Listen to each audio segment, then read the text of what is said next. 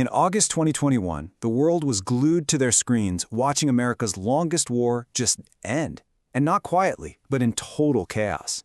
So today, we're going to unpack that final chapter of the U.S. withdrawal from Afghanistan. It was a moment that capped 20 years of fighting. Let's really get into how it all happened. So, picture this. It's August 2021. 20 years of American troops in Afghanistan, and it all just falls apart. It was sudden, it was dramatic, and it was absolutely chaotic. I'm sure you remember the images from the Kabul airport, just scenes of sheer desperation. They were broadcast everywhere, and for so many people, it became this really painful, unforgettable moment in our recent history. All right, so this is the big question, right? How on earth did this happen? I mean, a 2-decade mission. We're talking trillions of dollars, thousands of lives lost, and it ends with the government just collapsing in a matter of days and this absolutely frantic evacuation. It's just staggering. To really get a handle on the end, though, we have to go back to the beginning. Okay, let's zero in on August 15th, 2021. The speed of what happened next was just breathtaking. The Taliban just rolled into the capital, Kabul. There was almost no one there to stop them. The Afghan president, Ashraf Ghani, he fled the country. The government, it just dissolved. Poof. And the city was plunged into total panic. Tens of thousands of people rushed to the airport, seeing it as their only way out. So to really grasp that chaos at the airport, we've got to hit rewind. You just can't separate the story of the withdrawal from the 20-year war that came before it. Think about that. A conflict that started before many of the soldiers who were there at the very end were even born. It's wild. Okay, let's do a quick run-through of this timeline. It all kicks off in October 2001. After the 9/11 attacks, the U.S. invades to go after al-Qaeda and knock the Taliban out of power. And they did. By December, the Taliban regime was officially gone. But here's the thing. They didn't just vanish. They became an insurgency, which grew so much that President Obama had to send in more troops in 2009. Fast forward to 2014, the main combat mission is technically over. But the real game changer, the moment that really started the countdown to the end, that was the Doha Agreement, signed in February of 2020. Now, this is absolutely crucial to understand. The decision to finally leave Afghanistan, this wasn't just one president's idea or one party's choice. Nope. This was a path that was actually set in motion across 2 different administrations. It really showed that there was this rare agreement growing in Washington that, you know what? It was time for this war to be over.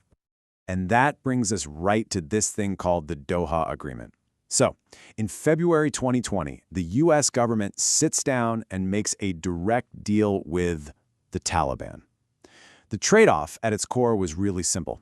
The U.S. said, we'll pull all our troops out. In exchange, the Taliban promised, we won't let al-Qaeda or anyone else use Afghanistan as a base to attack you or your friends. That was the deal. So, while both administrations wanted out, they kind of explained it a little differently. For the Trump administration, it was all about a core promise, ending America's endless wars. Simple as that. The Biden administration then picked up that ball and ran with it, but added their own spin. They argued, look, the original mission was to get the people who attacked us on 9/11. We did that years ago. It's time to focus on today's challenges. Like competition with China and Russia. All right, so the decision to leave is locked in. It's bipartisan. Which brings us right back to where we started, the summer of 2021, and those final, absolutely chaotic weeks of the American withdrawal. And here's the thing that I think just stunned everyone. The speed of it. The Afghan army, the one the U.S. spent 2 decades and billions upon billions of dollars training and equipping, it didn't just fold. It completely melted away in a matter of days. It just makes you ask some really big questions, right? About their morale, their leadership, and maybe even the entire strategy behind the whole 20-year project. So with the Afghan forces gone, the U.S. military had to kick into high gear. They launched what was called Operation Allies Refuge. And this was just a massive, all-hands-on-deck, frantic effort to get everybody out. We're talking American citizens, embassy staff, and thousands of Afghan allies who were now in incredible danger, all from one single exit point, that airport in Kabul. And the danger was just off the charts. It all became horribly real on August 26th. A suicide bomber from a group called ISIS-K, they're an affiliate of the Islamic State, attacked a packed checkpoint at the airport at a place called the Abbey Gate. 13 American service members were killed. It was the deadliest day for U.S. troops in Afghanistan in 10 years. And tragically, the devastation was even worse than that. Because in that exact same bombing, more than 170 Afghan civilians died too. These were just people, families. They were desperate for a chance to get out. to start a new life. And they were caught in the crossfire, in the absolute horror of this war's final violent hours. So, the last U.S. plane finally takes off, and for the millions of Afghans who were left behind, a brand new and incredibly difficult reality was just beginning under the rule of the Taliban. And it happened almost overnight. The country was just plunged into a massive humanitarian crisis. See, when the U.S. left, international aid was cut off. The country's money in foreign banks was frozen. And the result? The entire economy just collapsed. That means the healthcare system failed, jobs disappeared, and millions of people started to go hungry. I mean, we're talking about severe, widespread food shortages. And one of the most heartbreaking outcomes was what happened to the rights of women and girls. It was just a systematic rollback of everything they had gained. You know, the Taliban had made some vague promises that they'd be more moderate this time around, but that didn't happen. They banned girls from high school and university. They stopped women from working most jobs. They brought back strict rules about how women could dress and where they could go. It was like 2 decades of progress were just erased.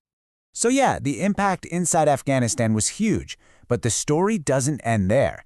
The withdrawal sent shockwaves all around the world, and it kicked off a massive political debate right here in the US.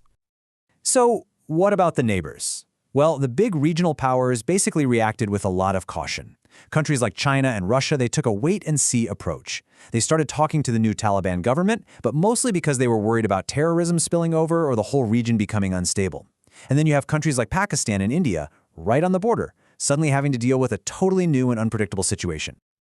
Meanwhile, back in the States, what people thought was, well, it was complicated.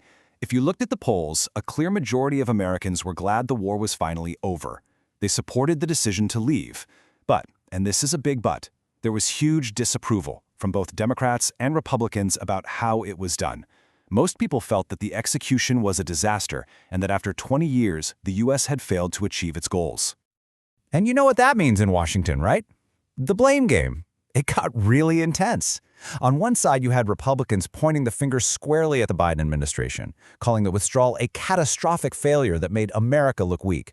On the other side, you had Democrats pushing back, saying, hey, look at the deal the Trump administration signed with the Taliban.